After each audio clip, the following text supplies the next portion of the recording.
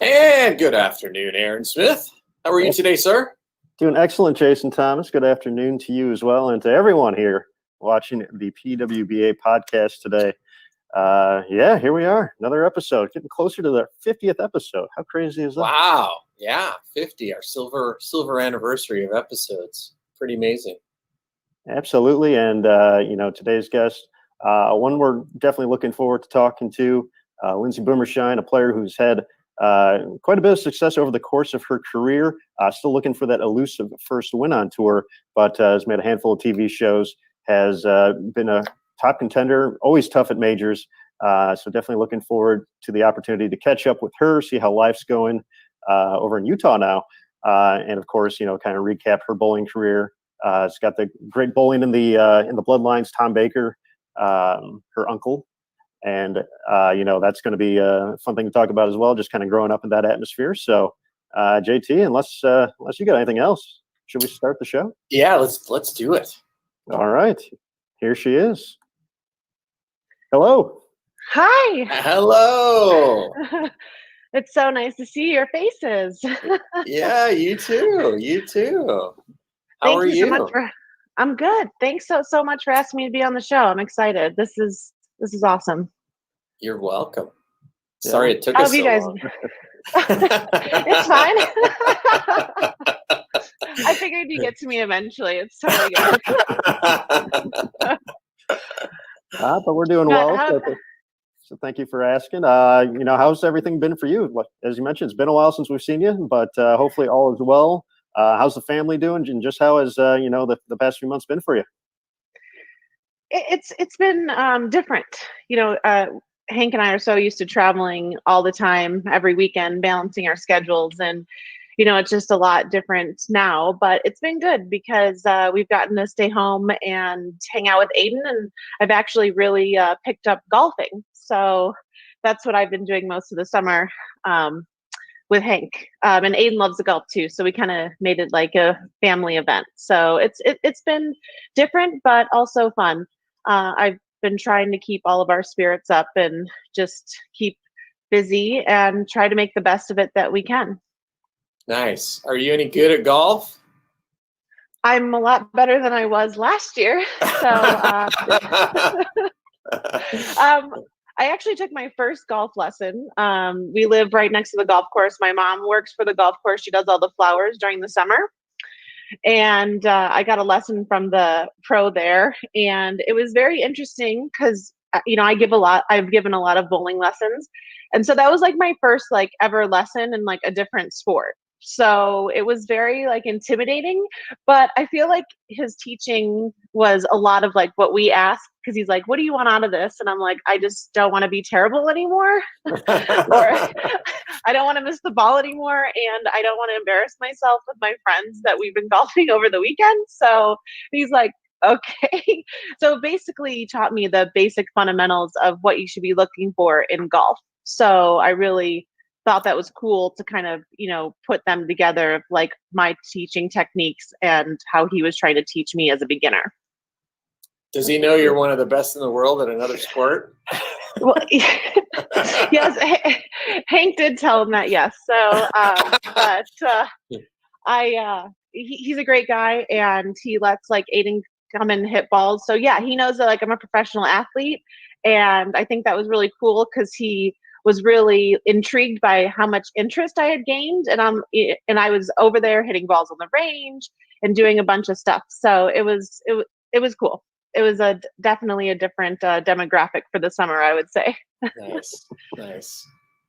Now I have to ask, what's the first lesson like with a golf pro versus the first, team practice with Coach Bill Straub? Were there any similarities, any differences looking back at the Nebraska day? Coach Straub was way more intimidating. I was super scared of him. I didn't know if I was ever really in trouble or not. But Coach Straub's awesome because he really installed in me a bunch of fundamentals that I still use today out on tour. And it was great bowling for the University of Nebraska. So I would say that it was way different because the golf pro was way nicer and way less intimidating. So it was more I would say more fun because I didn't know, the basic fundamentals. I've never had a lesson, and basically Hank has taught me everything that I know about golf. So it was interesting to hear someone else's perspective. Nice. Was it, I think it's probably normal that, coaches are harder on you the better you are. So, I mean, I'm sure part of Coach Straw being tough on you is he knew how good you guys were, right? Yeah, I do. I mean, he has told me that, a bunch of times. I mean, and it is a very strict program. And I also appreciated that about the University of Nebraska. And he really strived for everyone to be their best and to be the best team and to be their own, best player. And it was a joy, honestly, to go there and have the opportunity to, because, the college experience with the team and everything was amazing. And I would do it all over again, but differently. So I would probably take it even more seriously than I had, because you like go to college, like you're away from home, you're like, I'm gonna have so much fun, and all my whole, like, the teammates, it was like Shannon Pulowski, Adrian Miller, Jamie Martin, all the last names have basically changed, but that was like our original team, Amanda Burgoyne. So all the girls that have basically gone on to bowl some tour events or all of them, I got the opportunity to bowl with, and we won an NCAA national title. So that was really cool. And now we still talk about that today, and me and Shannon are still really close. And, it was great for the opportunities, how it's kind of progressed. Yeah, that's a heck of a team you guys had there. Was it difficult to make the transition to individual bowling after college? Kind of, because you're bowling Baker format. You have to rely on each other. You have to work together, and there was some things to bowl. When I got out of college, but the PWBA folded in 2003. I went to college in 2004. I was hoping that by the time I got out of college in 2008, that there would have been a tour to bowl, but there wasn't. So there wasn't many opportunities to bowl full time or make a full career and living at that time. So I kind of relied more on my degree and what I went to school with, and I would bowl like weekend tournaments here and there. So to me, yes and no, because I really didn't go into, professional full-time tour women's bowling. Gotcha. And then your best friend wins the first one that we bring back.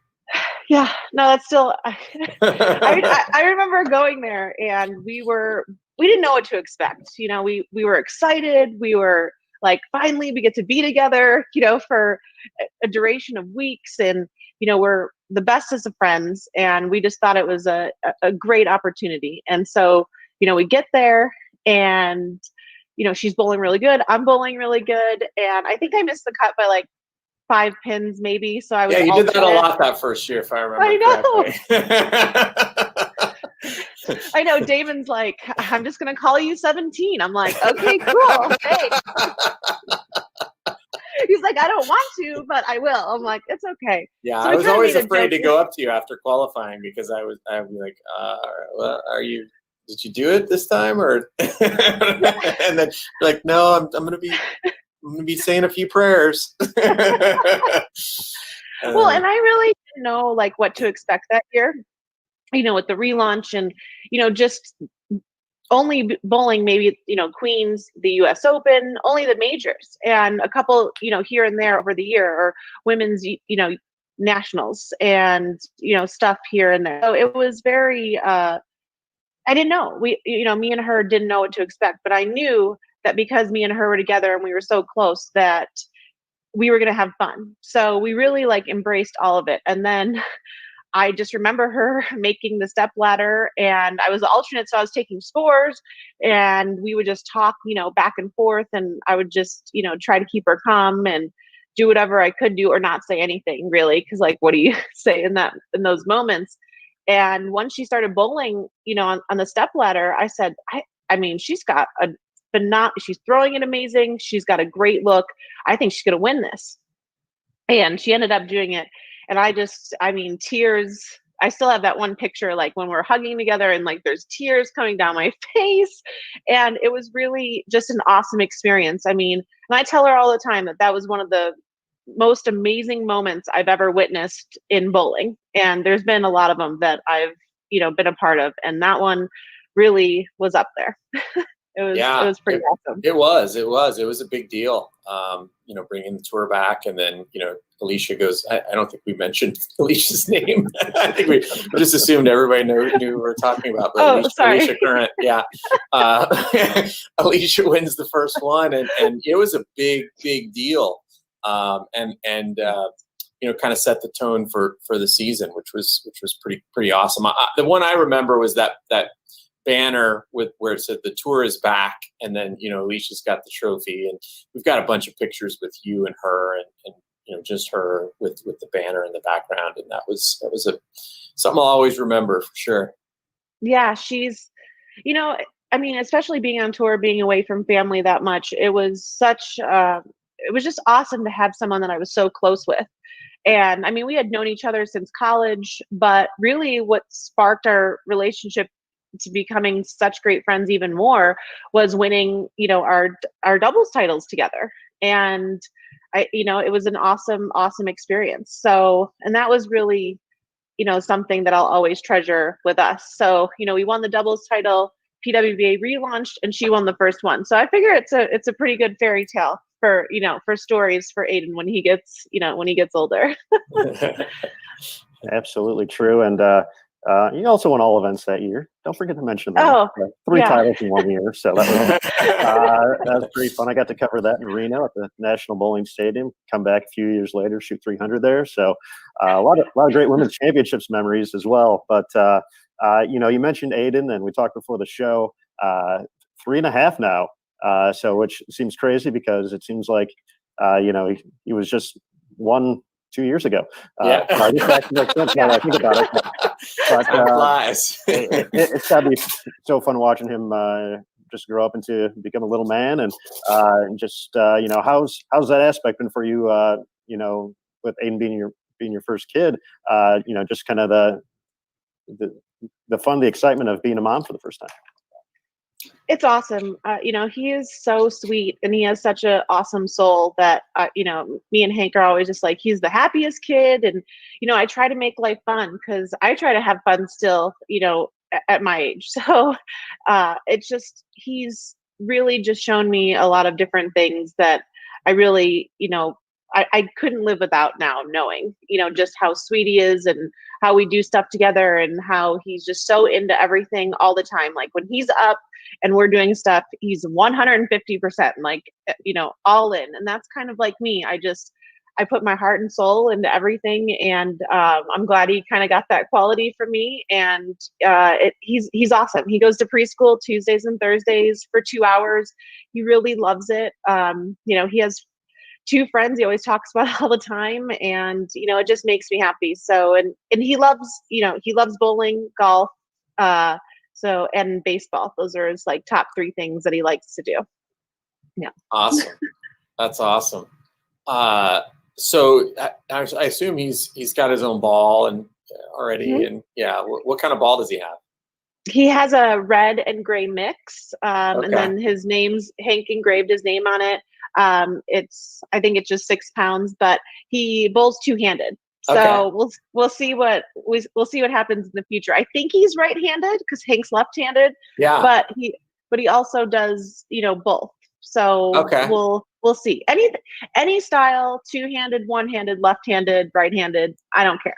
As long as he's doing what he loves and he has the opportunity to do it, and he enjoys it, go for it. Like that's kind of our motivation. I want him to be happy with, what he wants to do, and he can pick whatever. He doesn't have to bowl. So nice. Well, I'm sure he's got some good coaches around that could help him if he ever wanted to go anywhere without bowling. Yeah, I mean, I probably sent him to Hank. So yeah, pretty good ball driller too. Knows a little bit about ball dynamics. So yeah, just a little. Could help. Yes. So we have a little clip.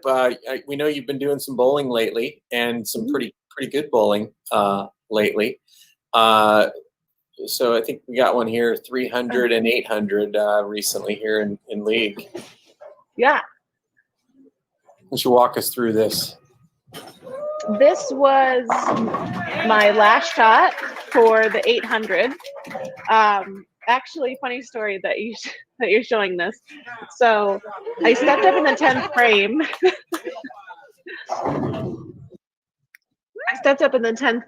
And I had to mark, and I left a 2-pin. And most people don't want to talk to me about this either, but I'm totally okay with it. And I mean, I had a flashback from my first TV show, and I was like, this can't happen anymore. You've worked on your mental game, pull it together. Okay. I mean, I made it clearly, but it's just funny how I related it to that and was just like, pull it together. Like you need, it's just being in those pressure situations, having people watch you. It's just different. And so I made the 2-pin, and then the last shot was my strike because I needed 5 pins for the 800. So then that was my strike.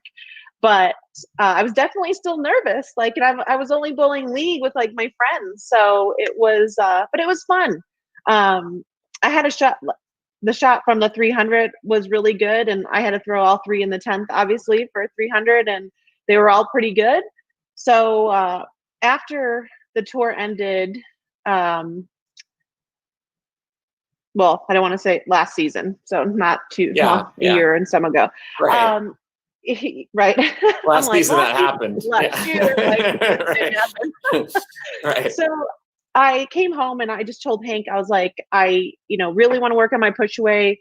I want to fix this. It might not ever be perfect, but the longer I get, the later timing I have, I feel like that's when most of my mistakes happen. And we really have been working hard on that since day one of that season ending. And I keep trying to get better and better because of all the different lane patterns and everything like that. So I want to be able, in 2021 on tour, to be able to play anywhere, have my A, B, and C releases. And definitely I've always been a pretty good spare shooter, but I mean, splits, everything, like 100%. So that's kind of what I've been working on. And then also working on my mental game and, using that from the shot that you saw. Because I think every athlete gets nervous, but it's kind of how you deal with it and where to place those emotions. And I think that was one of the key elements that I was missing in the years prior to being in those pressure point situations. Yeah, I mean, you have had a really rough time on TV, and not all of it, I think, is your fault. I know, one of the tournaments that you led, it was the lowest scoring match, I think, in the history, the title match, but the lanes were absolutely brutal, and you got a couple of really bad breaks in the match. Actually, I think you actually had a better ball reaction, but just, I think you left a blower 7-10. You might have left 2. But what it definitely seemed like the next couple of times you made TV, you were a little bit more relaxed, but you still had a lot of things not go your way. So what have you thought about in terms of like next time you make TV, what the plan's going to be?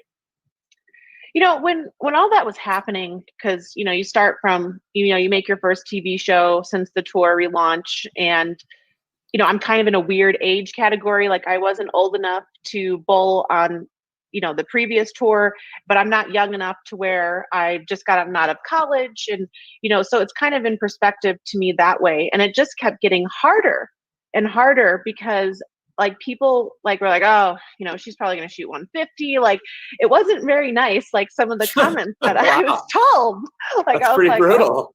like, doesn't perform well in pressure situation, and it just went on. And I try to like suppress those feelings and suppress those moments of not feeling what I was feeling. And I think it was my biggest mistake. And that's something I really regret. But I started working with Mike Shady, and he's been an extraordinary mental coach in helping me. And I needed someone that, wasn't my husband, wasn't Hank, because he works on me with my physical game, but someone that I could confide in and really just, express like how I felt about, the disappointments. And I think every professional athlete has highs and lows, and, it just comes with that part of the job. But because I'm such an emotional person and I am so passionate about bowling and, doing well, it was heartbreaking. And I think that, that kind of disappointment really, inhibited me in 2019. And I was thinking about making TV shows instead of in 2018. I was just kind of bowling and doing my thing and, trying to bowl the best that I could. And honestly, when I bowled Liz on the Players Championship, that wasn't a bad match. I mean, I think she had a strike or double in the 10th to shut me out. And I think it was like 189 to 185. And that one was, my second TV show back from having Aiden.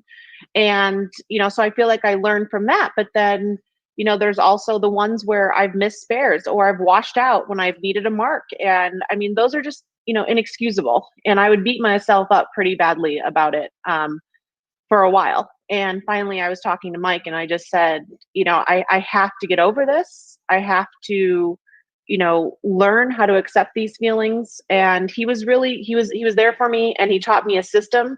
It's his red, yellow, green. Mm-hmm. And I just basically put down in a chart, when I start feeling red, which is like, whew, it's not going well. Red alert. The wheels Sirens are going off. Like, the wheels are coming off. It's all over. I'm quitting. I'm going back home. I'm looking at flights right now. Yellow is just kind of, getting, to that point where you're slightly uncomfortable. And then, green, where, and I've had those days. I mean, the Players Championship, you don't even think about striking, and you're striking that much and everything is going great. And, players and other people are looking at you like, wow, like how is she doing this? And, and I look at other players like that too, when they have those days. So it's very, it's very humbling to finally, have that emotional sense and control, I guess I could say, of knowing what I want to do and how I'm going to try to approach the next show. And I think that really the next time I just want to be comfortable with how I'm seeing the lanes on a TV pair, because I've never felt comfortable at all. And it could be my fault. I could be throwing it differently, just because of those nerves and everything into it. So, and I take full responsibility for all that. So I'm learning, and I hope that, I can't never not win a title. So that's kind of where my motivation comes in, because I've completed a lot of great things in my life, and that's the number one thing that I've been missing. Yeah. So. Yeah, and that's it's really an interesting thing. You talked about the age, like you just didn't have a chance to bowl on tour, and there's really no other way to learn how to bowl on TV and how to throw strikes when you need it than bowling on tour. And so it's been interesting to watch a lot of different players who you would have assumed would have been better than they've done, and then players that maybe you wouldn't have expected, like Shannon O'Keefe. She hadn't won anything before the tour came back, and if you go back and watch her first few shows, she looked like she was red. And she's just learned how to be calm on the show, and now she's one of the all-time greats. So I think it's just an interesting thing that just the more reps you're going to be able to get, you'll figure it out. Well, and I think that most professional athletes put so much pressure on themselves, and I think that was also a fault of mine, because of just every situation that I'm sorry. That's okay. Hi, do you want to come say hi? Okay, real quick, and then you have to be quiet, okay? Hi. Say hi. Hi, buddy. How are you? Can mommy finish, please? And then I'll be right with you, okay? Okay, thank you. I appreciate it. Sorry, guys. No worries. I figured he was going to ask me who I was talking to because he always wants to say hi to my friends. So I'm like, yeah. When we're on our like Zoom calls, he's like, "Can I say hi?" I'm like, "Okay, go ahead." Sorry. Anyway, so yeah, no worries. No, and I've spent so much time thinking about it and putting so much pressure on myself that it's time to move forward. And you're right. And I have looked at Shannon's previous shows. I've looked at Norm when he won when he was 18 and he didn't win again for 10 years. Yeah. I've asked my uncle, like, Parker Bone was terrible on TV for a long time. Norm was terrible. Now they've got 30 plus titles. Yeah. And I think at those times you're like, what is this trying to teach me? Or what am I trying to, really get out of this? What am I trying to learn? And I think that, looking back at it, no one wants to replay my first TV show. Like I don't, and it is heartbreaking to watch, but I had to, because I had to see what I was missing. And then, when I watched, the next TV show and the next one, I'm like, oh, that one wasn't that bad. Like that was a pretty close match. The next one, I'm like, that was terrible. And you were throwing it terrible. And, you need to change that. And then, a couple of them, I'm like, you missed spares. You got 10 frames. There's no opportunity for that. And I think that that's what people miss about professional bowling is that when we're qualifying and we're bowling 18 games in a day, I might miss 2 or 3 spares in one block, but you're not seeing that because we have 9 games total. So right. That's the difference for me is I have to try to treat it the same as qualifying versus it's a 1-game match. Yeah. And so You seem to be a type of player that, once you find something, you just put it on everybody. You just have a lot of firepower, and TV doesn't really give you the luxury. You either have it or you don't, right? Yeah. And, I'm like, why is this happening? Like every athlete, like, why is this happening to me? This is Aiden, please be quiet, honey. I gotta finish this. It's okay. Okay, I'm sorry. Yeah, I have to finich this, okay? We had a cat make a cameo in our last podcast. Oh, so okay, good. It's the same thing. So, so no, it's just it's hard. It's hard to accept that kind of stuff, and the way that things kind of trickle out, and you start. To me, I didn't want to listen to too many people. I didn't want to get too much in my head. So I said, Hank's my physical coach, Mike Chitty's my mental coach, and I'm going to learn everything in between those two things to become the best that I can. And I feel like that's what I've, mainly focused on since the end of last season. Well, yes. Yeah, last season. So no one's confused. We understand.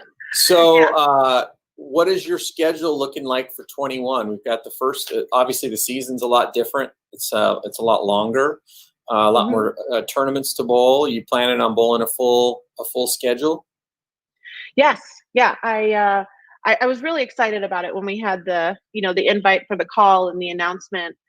Cause you didn't know what was going to happen. We still don't, know what's going to happen in the crazy times that we're living in. And I was, I'm really excited, and I was really, heartbroken for some of those girls that, either were over here and that's all that they did was bowl, and, just the sadness of their face that they didn't have something to do really broke my heart, back when this season got basically canceled / postponed.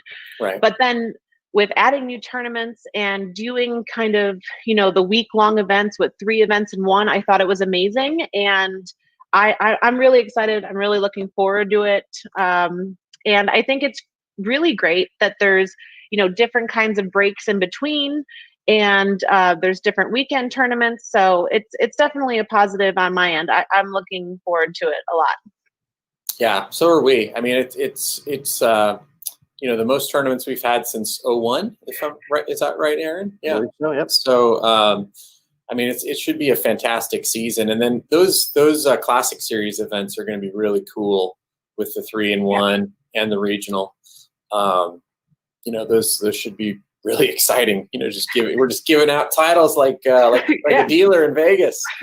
I hope one of them goes to me, because I always tell Hank, I was like, I mean, I have to win a PWBA title like before I'm either too old or I'm not here anymore. So, and I was like, and I've accomplished everything that I've wanted to. Aiden, please be quiet. Remember what we talked about? Okay. I'm like, I have to do this podcast. Sorry, everyone. That's okay. So, but it's definitely one of my fierce goals, and I just really, I hope that it will happen, and I know that it will, and I try to, prepare myself the best I can, and the only way you can prepare yourself is through hard work and basically having a plan and setting your mind and putting yourself to the limit of testing your abilities. And talent plus hard work is two things that are awesome together. And I think that, you can't just have one or the other. You have to have both. And so I'm lucky that I have the opportunity to, do the ball testing at Storm at HQ. We just live down the street from there. I'm, very fortunate that, Hank coaches me. He's, an amazing gold coach. And just being a part of, the family that the support system that we have. It's really great. Yeah. No, that's a good point. I mean, there's really nobody's talented enough to not work at all and be successful on the PWBA Tour. There's just too many good. There's too much talent for sure. Where do you see yourself on that spectrum? As far as like, are you more of a talent or more of a hard work person? What's your balance that's there? A hard question. I mean, I know that, when I got recruited from, to go to the University of Nebraska, that my physical talent was, somewhat high. And that's what, Coach Straub loved about me was, the basic fundamentals that I had of my game. Talking and working with different coaches, I also, was told that as well, that, you have limited possibilities with hard work. So I kind of, put it at, 50-50, 60% physical, talent, ability, 40%, hard work. I mean, I'm an extremely hard worker. I practice all the time, diligently. I just feel like that's the only way that you're going to get better. And also the failures that I've gone through have made me better. I mean, when I look back at my first show and then I look at the bowler I am now, I mean, to me, it's incredible advancement. So I think that you could always better yourself and you can always work harder and that's one of the things that, like Shannon O'Keefe, like she works extraordinarily hard. And that is one of the most admirable things that I've witnessed from what you said, from when I've known her for so long, but from when she first started up until now. And I think it's extraordinary what she's done. And that proves to everyone that if you set your mind to it and you put your heart and soul into it, that you're going to have the opportunities to put yourself in the position to win. And I just hope that I get the opportunity to do that again. And hopefully maybe I'm a little bit more comfortable with how I'm seeing the lanes. And, I think it's going to be fun. And I want to have fun on the next show. And I don't want to have to worry about, maybe the disappointment at the end, because then I know that I haven't been doing my job with my preparation between physical, mental, and the hard work that I've, put in. Are you surprised that you haven't won yet on tour? Does it surprise you? And then, is it, I mean, obviously I'm sure it's disappointing that you haven't won, but yeah, I'm just more curious. Did you think you were going to, win more than you've been able to? Yeah, I do. I mean, to me, I haven't lived up to, my goals and what I've wanted to accomplish. And, it's, I think most people are scared to ask me, but I'm kind of like an open book. I mean, I've known you guys for a long time. Like I don't mind sharing my experiences because I know that there's going to be women, kids, anyone that are going to come in life and difficulties. And I mean, I have not lived up to my full expectation or full potential. And I'll tell anyone that. And it's heartbreaking to me because I thought that I would be more successful, but, I think that I had other things that I needed to learn. And that's kind of where I started this, kind of process and adventure of, making myself better physically and, being able to not just hook the ball, being able to go straight, being able to go in between, being able to go up the back of it more, calmly getting myself in the situations to where, because I think the biggest thing about TV, right, is that when you're qualifying, people are still watching you. But then when you're on TV, like, exactly that everyone is watching you. So it's kind of like a different mindset. And, I've talked to other players that I think feel this, women and men that I've talked to that I think feel the same way. They feel like I've, underachieved what my ability, would be.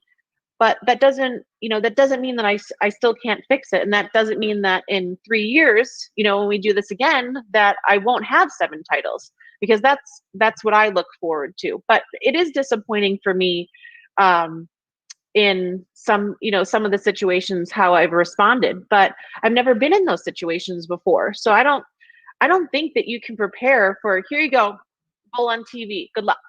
And there's anything that you could really say to someone except for the experience itself. And I think that that's, the most important thing about being able to bowl on tour and being able for, this next season, being able to bowl that many events and how many events that, we've already bowled. Yeah. So, and that's my honest, my honest answer. I'm just, yes, yeah. I would have thought that I would have won probably 2 or 3 times at this point in my career since the relaunch.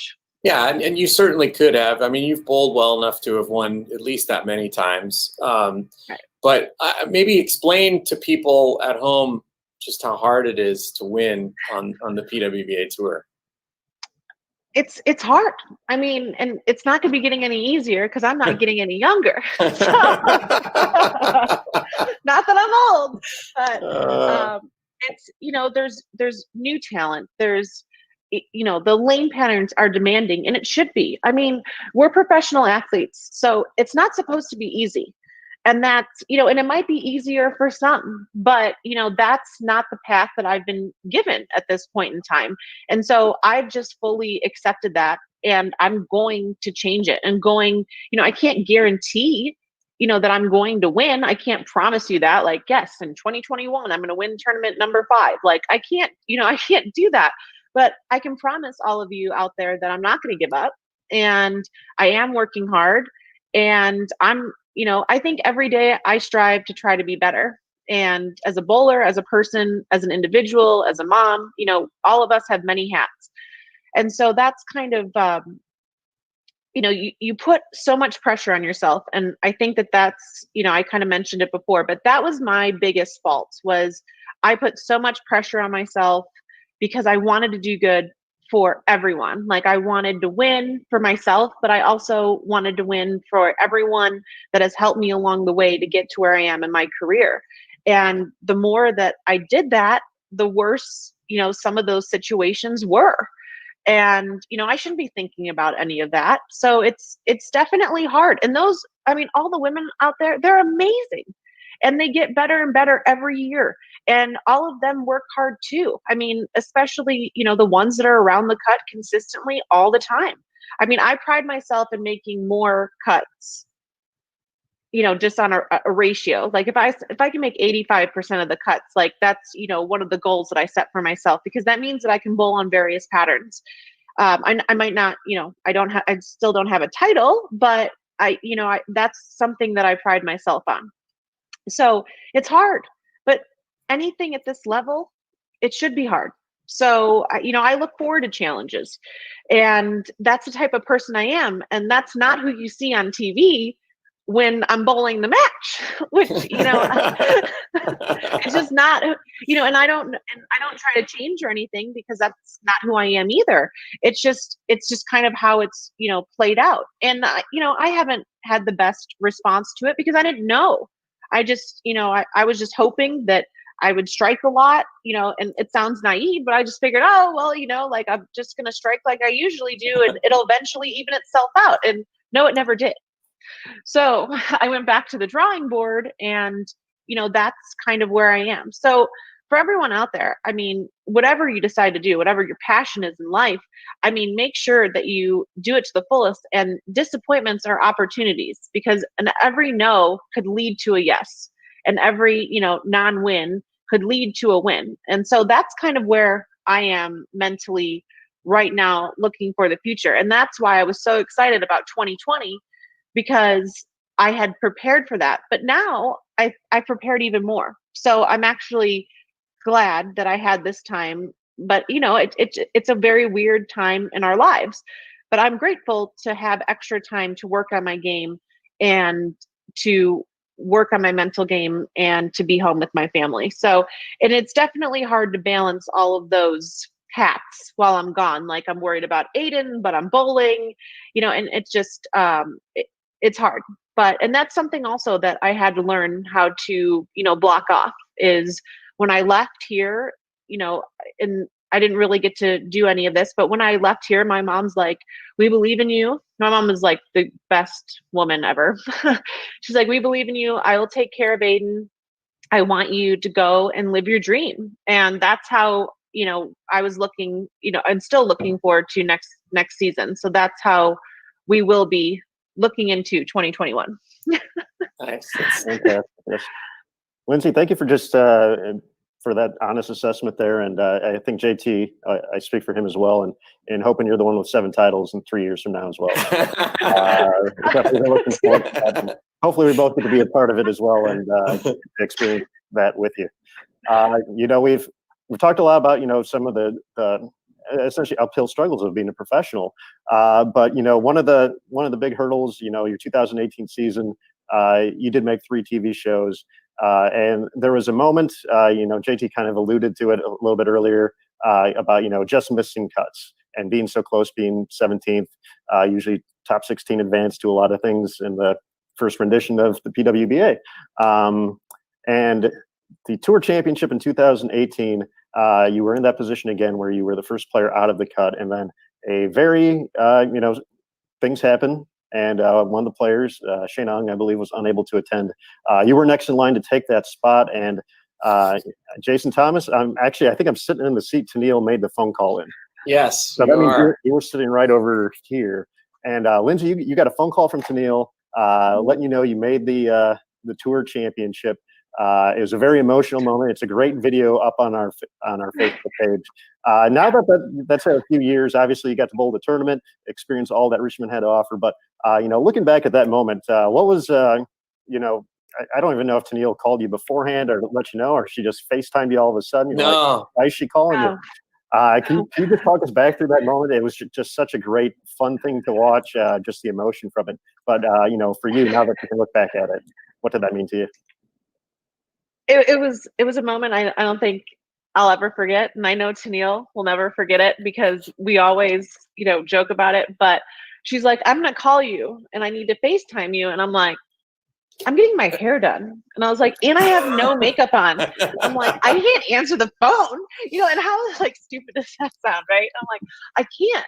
And she's like, "You'll be fine." I'm like, "But seriously, like, I really am getting my hair done." And she's like, "No, like, it's fine." I'm like, "Okay." So I like pull it up, and my hairdresser is like, "Am I going to be on this?" And she's like one of my good friends. And I'm like, "Yeah, you're going to be on this." And she's like, "Well, okay." So she's like doing this with like her hair in the mirror. And I'm like, "Carly Joe," I'm like, "Look at me right now." I was like, "And you're worried?" I'm like, "You're doing my hair."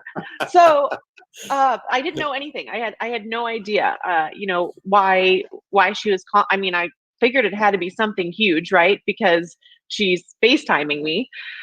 And then that's when she FaceTimed me and asked me if JT could, tape it. And he was like right behind her with the video camera. And I literally was like, "All right, like, let's do this. Like, I don't care." And I said, "World, this is me. Like, this is really me."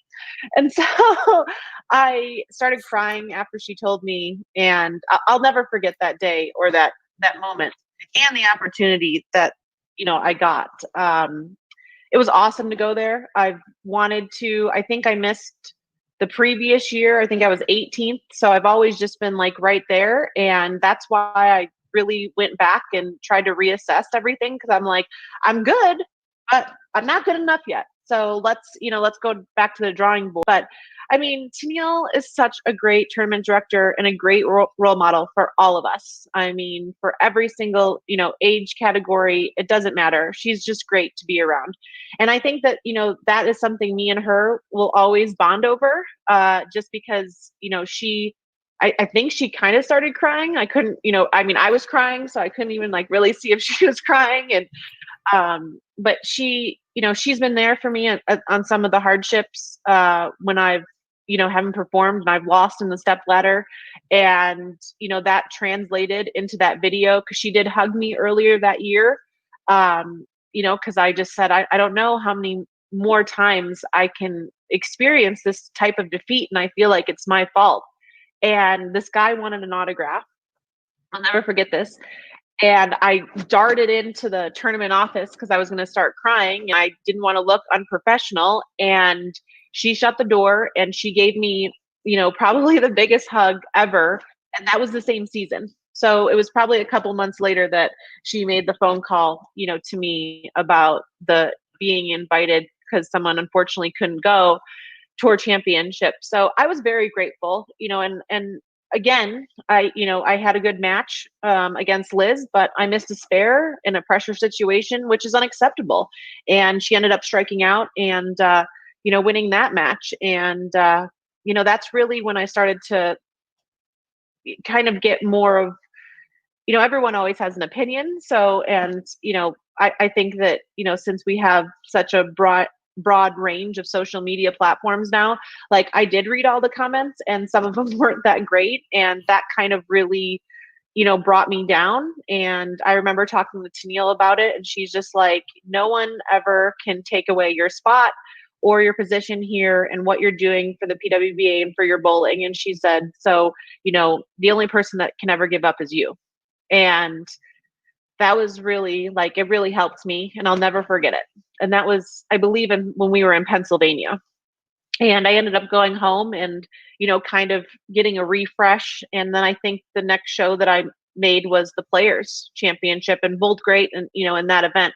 So, all those people that are along the way that help you become better, those are the people that we all as professional athletes have to be thankful for. And I hope that I am 1/8 of what she is to everybody, because she really brings more to the table than just being, our tournament director. So it was definitely a moment. I think she shared it because it was like 1-2 years or whatever on Facebook. She like shared it to my page, and, I kind of watched it again, and I just teared up again, because that's just kind of the, passionate person I am. And, I'm just grateful. A lot of people don't, I think say thank you enough for all that you guys do and for what she does and the relationships that you make because of the PWBA coming back and because of everyone's passion for women's bowling. So that's just something that she's really installed in all of us. And I think that that is a huge part of, being a professional athlete on this, women's tour.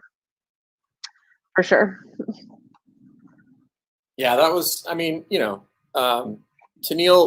does really care about, and especially if she's pranking you, she must really care about you. Yeah.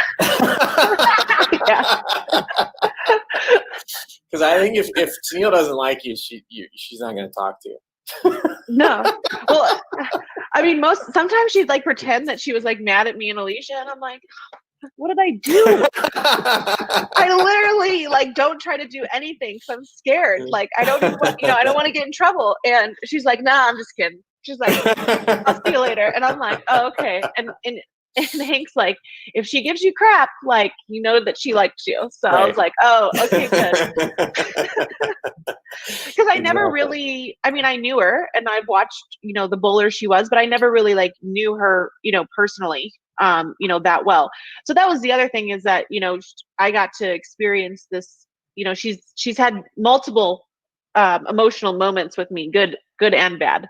Both resulted in crying, but good and bad. So it's great. She really does care. And, if she is going to give you advice, like, you better listen, because it's going to be on point and it's going to be important, maybe to your person or to your career. So I think she's, like I said before, a fantastic role model. And I'm lucky that we got to share that moment together, because I'll never forget it. I mean, I haven't told that story in I don't know how long, but I remembered every exact detail of it because it was great. And I mean, I remember I called Hank afterwards and he's like, well, what did she want? And I was like, well, the whole world saw me with like out any makeup and I was getting my hair done. And he's like, Lindsay.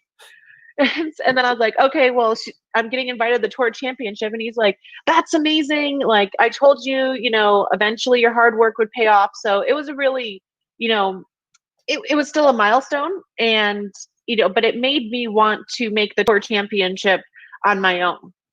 And that's one of my main goals moving forward into the future, when we will, hopefully have that event.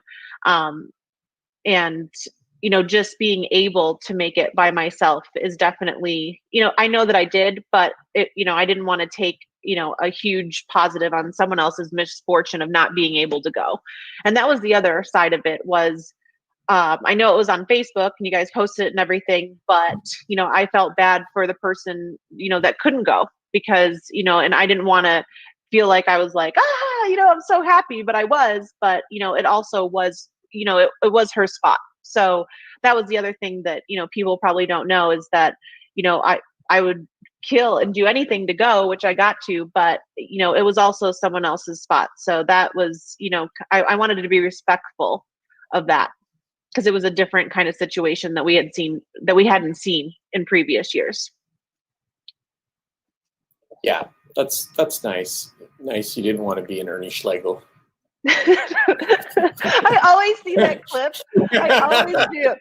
And then my heart just breaks for Randy every time. Like, I'm just like, oh man, okay. That's probably not how I would have reacted, but that's okay. I mean, it's fine. But no, and Randy, I've worked a lot of stuff with him and I mean, he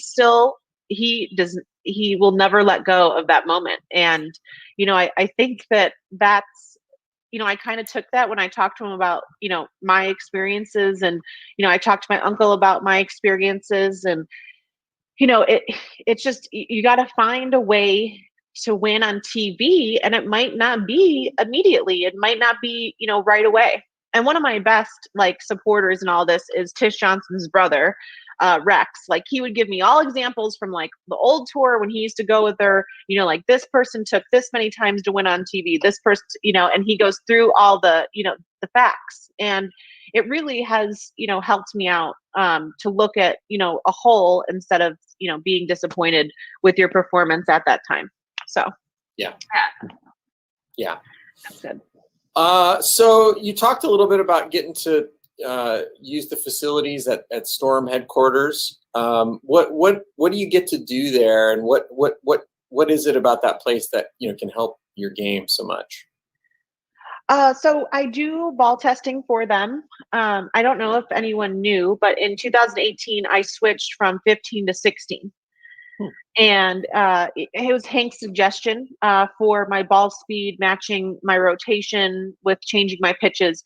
And so I do all the ball testing for 16 pounds. And then they have multiple ball testers for 14 and 15. So that's basically what I've done for them when they need me to, and, web seminars and all that kind of stuff for the last, 9 years. I think I've been here 10 years, which is crazy to think about. So in 10 years, Storm HQ has flourished into an amazing facility. This is their third edition that they're adding on right now. They're adding on another building on I believe the south side.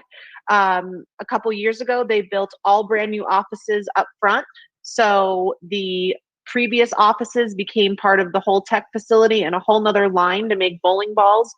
And what's really great, and you could take a tour, not anytime soon, but when all this is, calms down, you can come and take a tour and you can really see all of these people that are working on the line, are up in the office, are, in the test facility, in shipping, in production, everything.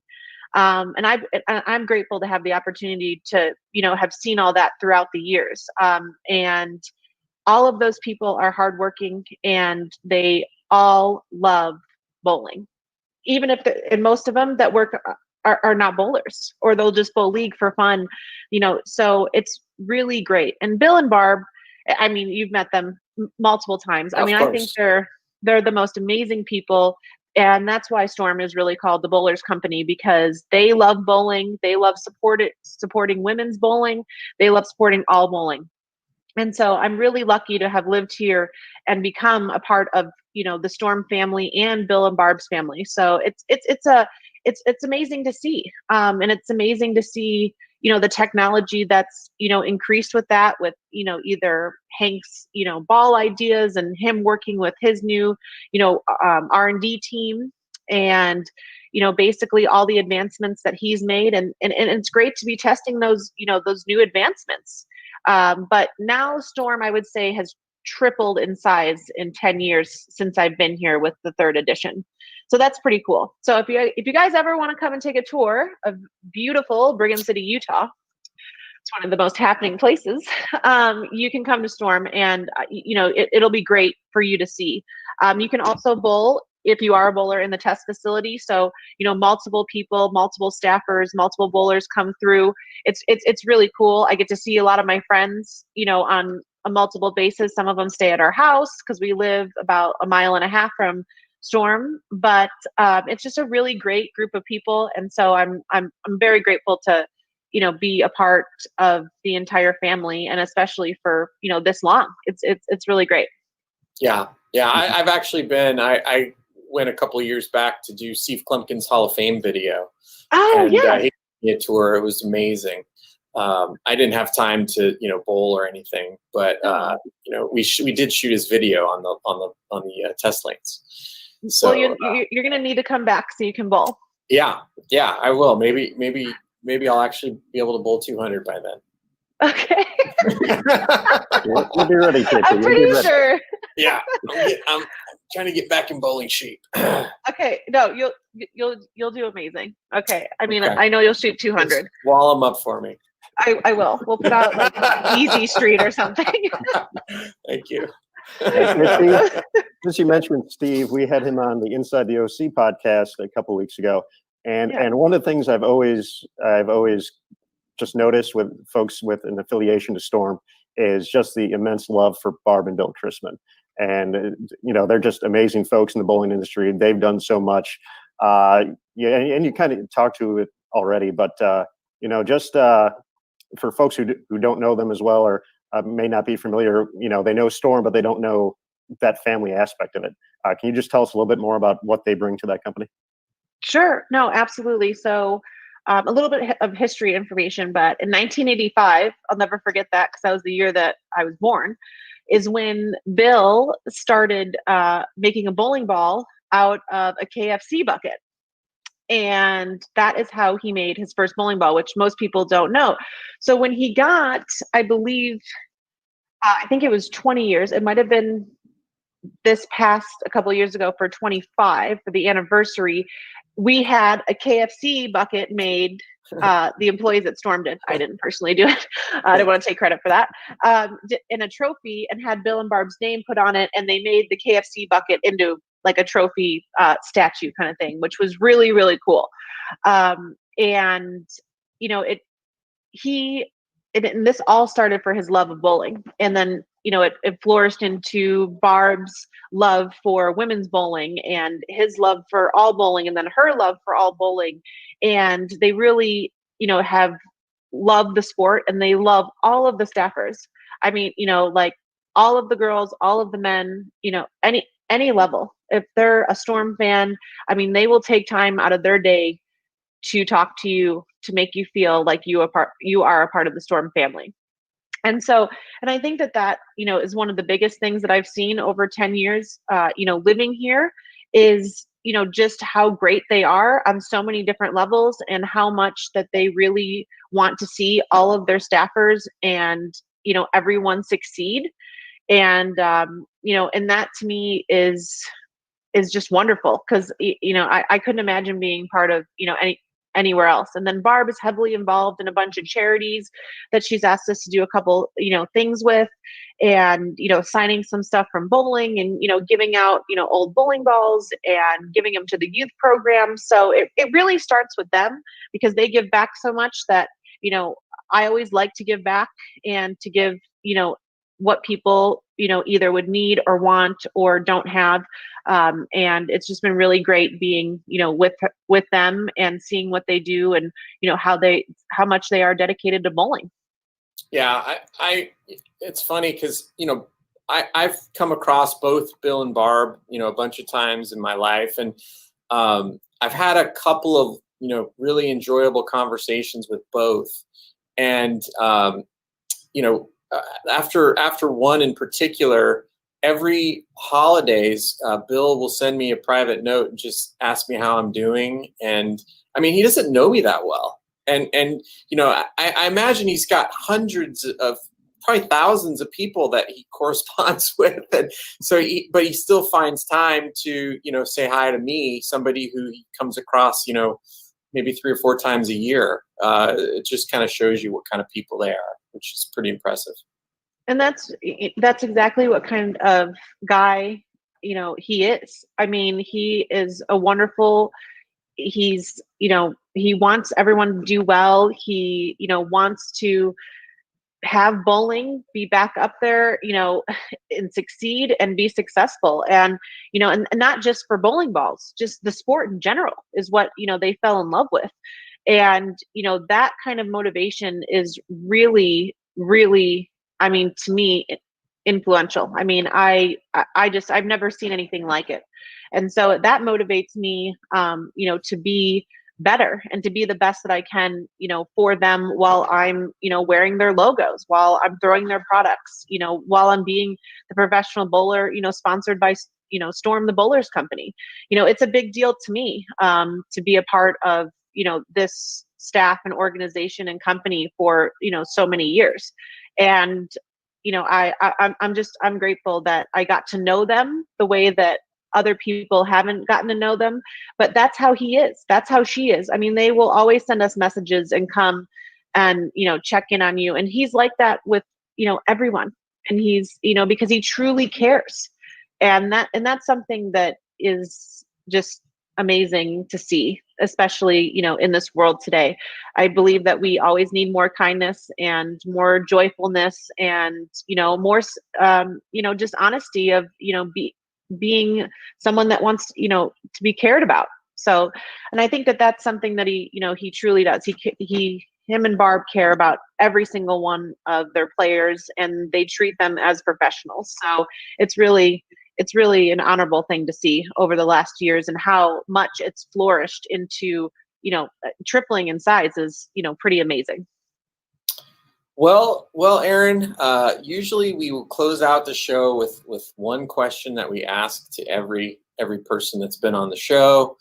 You've told us about, all the fun stuff you've been doing outside of bowling, golf, hanging out with Aiden, all those great things. But what are the Lindsay Boomershine binge watch recommendations that you have for all of us cooped up pandemic folks? Okay, I wrote them down. Ozark is like one of my all-time favorites. I love it.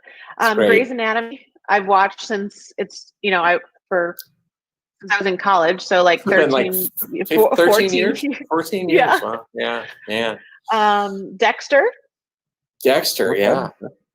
and then I could watch Friends over and over again. So usually when I put Aiden to bed, I turn on Nick at Night, because that's what it's on now. And I just constantly watch it over and over again. So no, those are kind of Yellowstone. I haven't finished it, but Hank kind of got me. It's intense, but I love Kevin Costner. The Bodyguard, when I was growing up, I was like, I that's what I need to be. I've seen that movie 90 times. I used to be able to recite all the lines. So it was The Bodyguard and Dirty Dancing for me. was, my jam when I was way younger. So, but no, there's a lot of good stuff. But those are kind of like, I like thrillers and, but those are like my main ones. Like Ozark, like I love Jason Bateman. I think that show's awesome. And it's also, comical as well. And yeah, that's my, my kind of my recommendations. Emily in Paris, I just started watching on Netflix. It's not bad, but it's definitely more of a chick. My wife watches that show, definitely. Yeah. It seemed funny. I kind of would, kind of sort of watch it as I was walking through the room, and I was like, oh, that looks kind of fun. Yeah. And then I would just go grab my bottle of water or whatever. Bye-bye. Yeah. No, that's no. And so, but I mean, we've been trying to watch so much stuff. Like I just watched Holiday on Netflix, and that was a really good movie. So you guys need to watch that. Like it was pretty cute. Okay. Like me and Hank watched it. He liked it. So usually he doesn't really like the rom-coms. Yeah. But he liked it. He's like me. Yeah. But that could score me points with my wife to suggest that movie. So date night. Yeah. You're welcome, by the way. Yeah, thank you. I always need to score points with my wife. Yes, you're helping me out big time. Yeah. Anytime. Thank always. Awesome. Well, okay. Yeah. You could. Oh, I didn't know if you wanted to ask. Usually, Aaron said you had a secret question. You could ask me whatever, but. Oh, well, that's JT. I usually do have the secret. I usually do have I'm the more secret of a questions. guy, so. All right. So, what is your favorite movie in the last 10 years? So that would disqualify Dirty Dancing and The Bodyguard. Yes, it would. Yes, it would.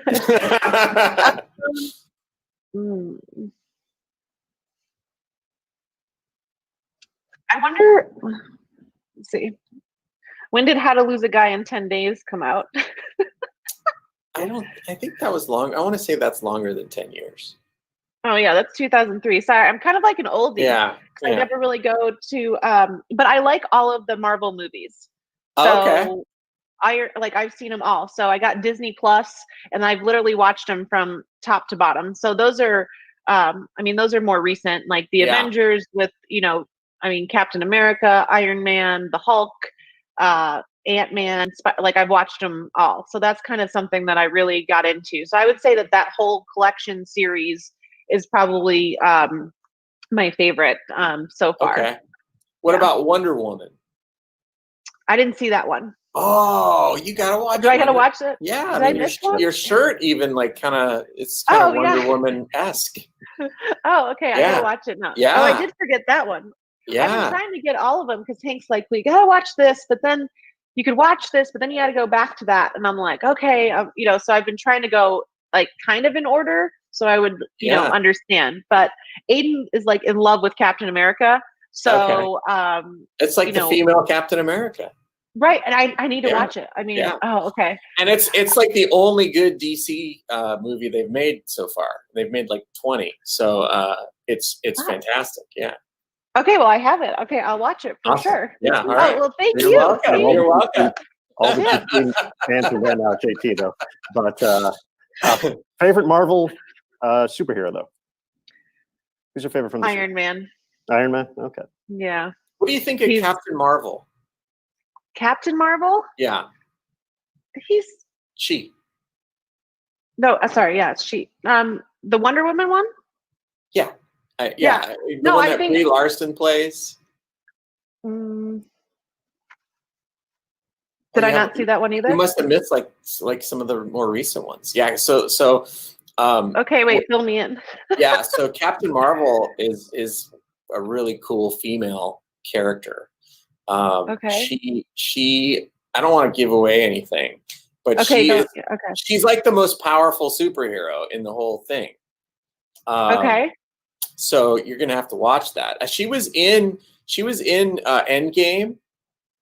But she just makes a cameo. She basically is the one that saved everybody at the end. Oh. Okay. So you're gonna have to get back. You're gonna have to go back and watch those ones. Captain Marvel, she's got her own movie, like her own origin story and everything, and then she comes into Avengers.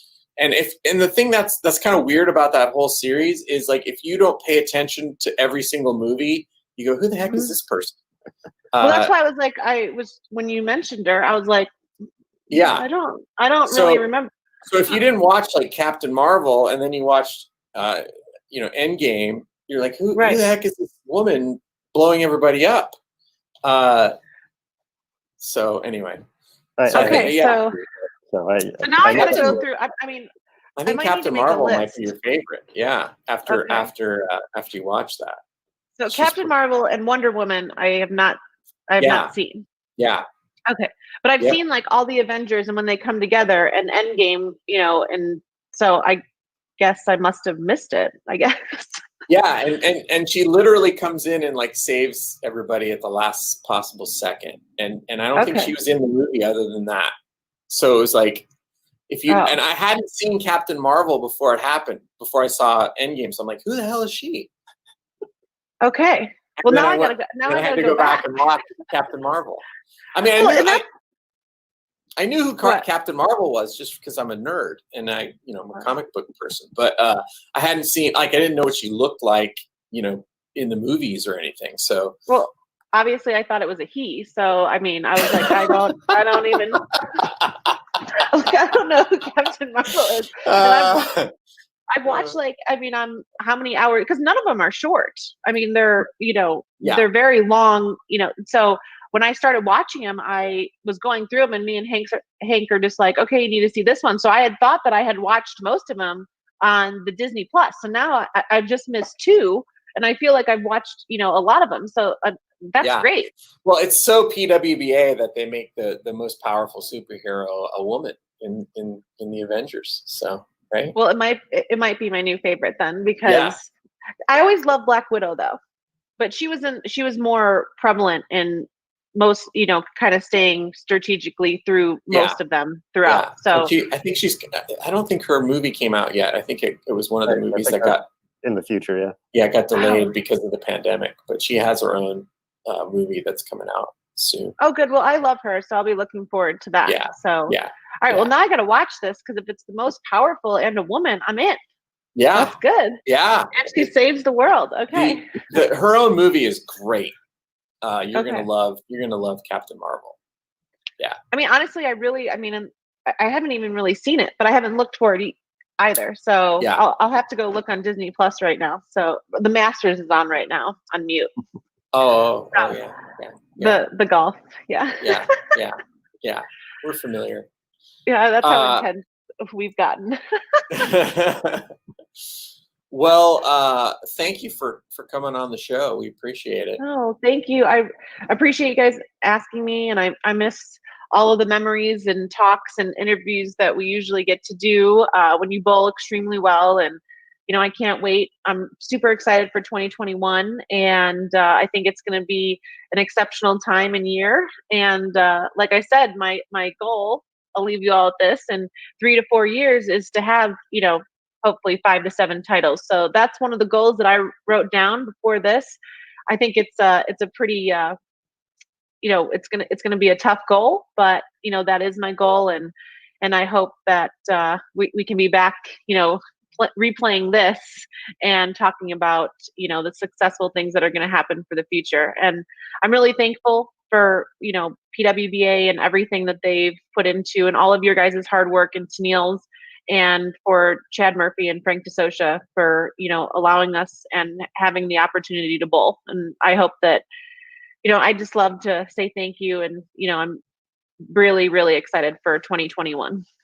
Well, you're welcome. We enjoy doing it. We love doing it. Looking forward to bringing it back in 21. Yeah, absolutely. And thanks again for having me. Yep. We'll see you soon. Okay, bye. Bye. Thanks, Lindsay. Well, Aaron Smith, another successful episode of the PWBA podcast in the books. I enjoyed talking to Lindsay. She's like the funnest person. She's just so fun all the time. She's always got a smile on her face. And I'll tell you, if she figures out how to bowl on TV, I don't see any reason why she couldn't have 5 to 7 titles in the next 3 years. Absolutely. Yeah, she's been a player I've been fortunate enough to start to kind of get to know in 2012. We talked about it at the very early portion of the broadcast, her wins. She won 3 titles that year at the Women's Championships, and have been a big fan ever since. Her game's phenomenal, and yes, everything's there. And it's from what I took away from a lot of the conversation today is, you got to take those learning moments. You got to basically, kind of figure out the where, what, why, and how when things aren't going your way. And it's tough to do. That's probably not fun. And it seems like she's doing the work. She's talking to the right coaches. She's putting it all together. So a phenomenal bowler already. So I'm looking forward to seeing what she's going to bring to the table in 2021, especially having 20 events out there. I would not be surprised to see a win or two under her belt next season. Yeah, you just get that first one, and then it opens the floodgates. And she's definitely got the talent. And God forbid the rest of the tour if she does get that first one, because she'll be making up for lost time. Absolutely. So big thanks to Lindsay for joining us today on the PWBA podcast. Coming up this week, JT, Bowling Explained, Two-Handers Unite. We got Wesley Lowe Jr. joining the show. Yeah, so Flow Bowling launched their documentary on Friday on two-handed bowling, and so we're going to have a conversation about that. And I'm looking forward to just having a conversation with Wesley about all things two-handed bowling, from just kind of how he got involved in it, what he thinks about the whole, movement, people, so many young players these days, picking up the style, and then what are some of the physical, keys that he works on to develop his game. So I'm looking forward to that conversation with him this week, and then on Friday we've got another episode of the 20 Greatest Seasons, number 2 on our list. We're getting there, folks. We're getting there. Sandwiched in between all that, Inside the OC Thursday with Matt Canzaro and I. It's going to be a pretty fun show. Not only a standout bowler, but also a former Major League Baseball pitcher. So John Burkett is going to be joining the show. So definitely looking forward to that. John's actually in our area here in DFW. So get to see him occasionally at some events. So it'll be fun. He practices downstairs too, all the time in the ITRC. I have seen him down there a few times. So yeah, it'll be fun to talk with John, and we'll have that once again on Thursday. So folks, that's the lineup for the rest of the week. Once again, we appreciate you all for joining us. For our guest today, Lindsay Boomershine, Jason Thomas, I'm Aaron Smith. Thanks again for joining us on the PWBA podcast. Have a great week. And Bowl TV, bowling lives here. Have a great week, folks.